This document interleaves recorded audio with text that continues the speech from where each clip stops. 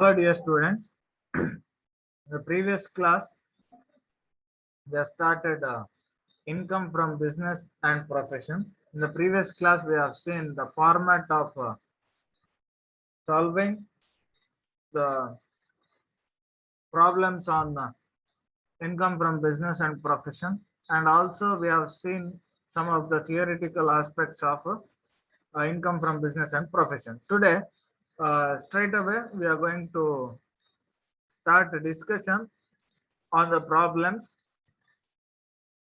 which definitely may appear for the university examination for 8 as well as 16 marks. Now, the problem is like this. Dr. Raj Kiran is a registered medical practitioner. That means this problem is on profession. Okay. So, on the basis of the occupation, we are going to classify the problem or the situation is on a business or on profession. Now here Dr. Rajkiran is a registered medical practitioner. That means this problem is on profession. From the following income and expenditure account for the year ending on 31st March 2020, prepare a statement showing his income from profession taxable and for the assessment year 2020-21. Now here, as I have already said, income and expenditure account is like profit and loss account. Receipts and payment account is like a cash account. Now they have given income and expenditure account. That means it is like a profit and loss account only. Now here, definitely there are certain expenditures. They are debited into this income and expenditure account, and there are certain incomes which are credited under this account. Now what we have to do is we have to identify professional expenditure and personal expenditure, or professional expenditure and other expenditure, and same way in the income side also we have to identify the professional income and other incomes, and we have to consider only professional receipts or professional income and only professional expenditures. Now let us see one by one. Household expenses 20,000. See, since they have given household expenditure, it is not at all related to the business, so it is personal expenditure. But what he has done is he has debited that household expenditure into the account of profession. And then car purchase they have given amount is 30,000, and the problem is silent. You can observe here, problem is silent about the usage of car. Rate of depreciation allowable car and surgical equipment is 15%, and on books 100% they have given. So the purpose of car is not given, simply the amount of purchase is given 30,000. So here we can assume, in the absence of specific information, we can assume that car is fully used for professional purpose because he is a doctor. So he requires car to move from one place to another. So maybe on emergency and all. Okay, car is required. So we can assume that car is used for professional purpose. And here, since the car is used for professional purpose, we are supposed to take only depreciation part. Okay, the total amount we must consider it as capital expenditure, and only we are supposed to consider depreciation as revenue item. So depreciation is deductible at the rate of 15%. Again, the date of acquisition of car is not given, and from the date from which the car is used for profession is also not given. So in the absence of specific information, we can assume that the car is used for entire year, and the usage and the date of acquisition is irrelevant. We have to charge full depreciation. Fine. Then traveling expenses they have given, but in the bracket they have given that it is personal, so not related to business. Then charity and donations, again it is not related to business. Income tax is not related to business. Okay. Salaries, of course, it is related to business in the sense related to profession. because he may have assistant, maybe a compounder and all. So salaries maybe a clerk he may have in his office. Okay. So salaries are allowed as a professional expenditure. Gift to daughter is not allowed because it is not related to the profession. It is purely personal. Establishment expenses, so they can be considered, but since it is given establishment expenses, it is are of capital in nature, so not required here. In the case of professional expenditures, they must be excluded. Okay, then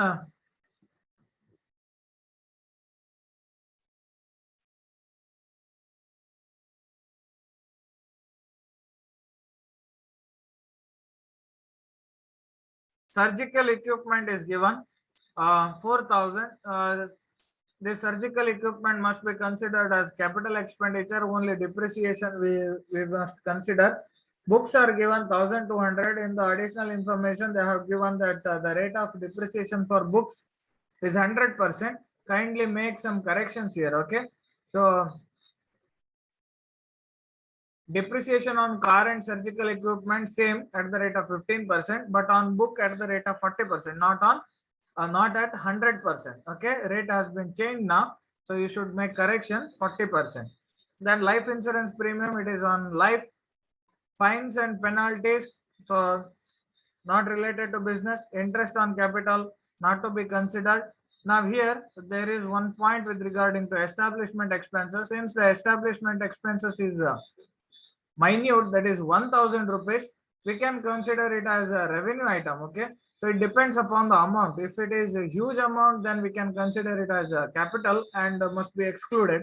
But since the amount is lower, we can consider it as uh, related to business. Now let us concentrate over the credit side of the income and expenditure account. Now consultation fees is given, so it is absolutely a professional receipt. Visiting fees also professional receipt. Race winning, so it is income from other source and not related to business. Share in the proceeds of ancestral house, so it is not a professional receipt. So he has got share from his ancestral property, so it is not a professional receipt. Profit on sale of shares, so it is not a professional receipt. Dividend on shares, it is not a professional receipt. Interest on post office SB account, not at all a professional receipt. Bad debts recovered, not allowed earlier, so this can be deductible because earlier, so they have not allowed as a deduction. The interest on fixed deposits, not deductible. Now let us concentrate over the solution part. Surplus as per income and expenditure account. See here 8,700 is there, that must be taken first. The next, add disallowed expenditure. All the personal expenditures and the expenditures which are other than the professional expenses must be added back to the surplus of income and expenditure account. See, household expenses not related to business, 20,000. Cost of car, it's a capital expenditure, 30,000. Traveling expenses, they have given personal, so 4,000.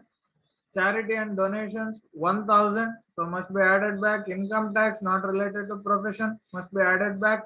Gift to daughter, 7,000, it is personal in nature, must be added back. Surgical equipment, 4,000, must be added back.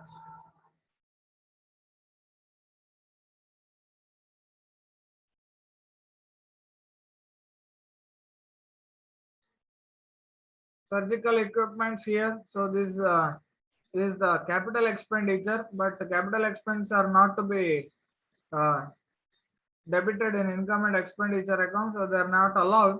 Only depreciation allowed. We'll calculate depreciation little later. Books again, so disallowed, they are to be added back. LIC premium, so it's a personal expenditure, so insurance premium on life it is, okay, must be added back. Fines and penalties not allowed, we have to add back. Interest on capital is also not allowed, we have to add back. So total of these additions would be 73,200, and if we add 73,200 to 8,700 rupees, we will be getting 81,900. Now, from this amount, we are supposed to deduct allowable expenditures, okay, expenses allowed, and incomes that are to be treated separately, incomes which are credited in the income and expenditure account, and they must be treated separately, or incomes which are not related to profession must be deducted from the above amount. Now, first one is depreciation. Here, depreciation on car, so it's a revenue item. As a revenue item, we can deduct, and here we are assuming that the car is used for fully for the purpose of profession. So on 30,000 at the rate of 15% means we'll be getting 4,500. Then on books, now here the rate of depreciation on books is 40%, not 100%. Kindly make corrections. And again, the date of acquisition or the date of putting to use, neither any one of the information they have not given. So what we have to assume that books are used for the entire year. So on 1,200 at the rate of 40%, we'll be getting 480 rupees as a depreciation. Then lastly, we have surgical equipments worth rupees 4,000. Previously, we have added this 4,000 as capital expenditure, and we have added to the surplus amount here. You can observe, see here, surgical equipment. We have added back, but we are supposed to calculate depreciation on surgical equipments. So on 4,000 at the rate of 15% will be getting 600. And another item is there, that is bad debts recovered disallowed earlier. So earlier they have not deducted the bad debts. Okay, now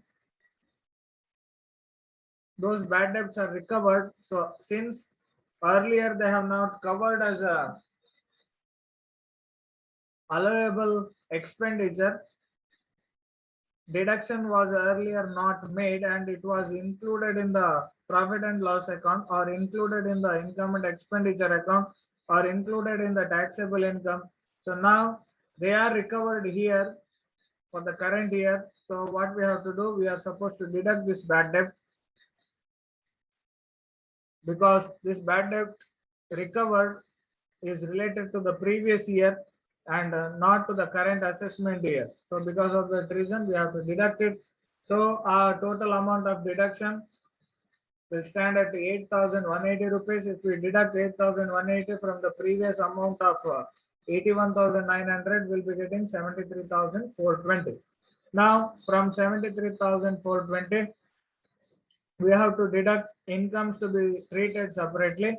So under that, first one is race winnings. Race winnings are to be shown under the head income from other sources, and not under the heading income from business and profession. So 10,000 must be deducted. And again, share from sale proceeds of HUF property. Okay, and this is not related to business. This transaction, sale of a share proceeds from HUF property, is not at all a professional receipt. So we have to deduct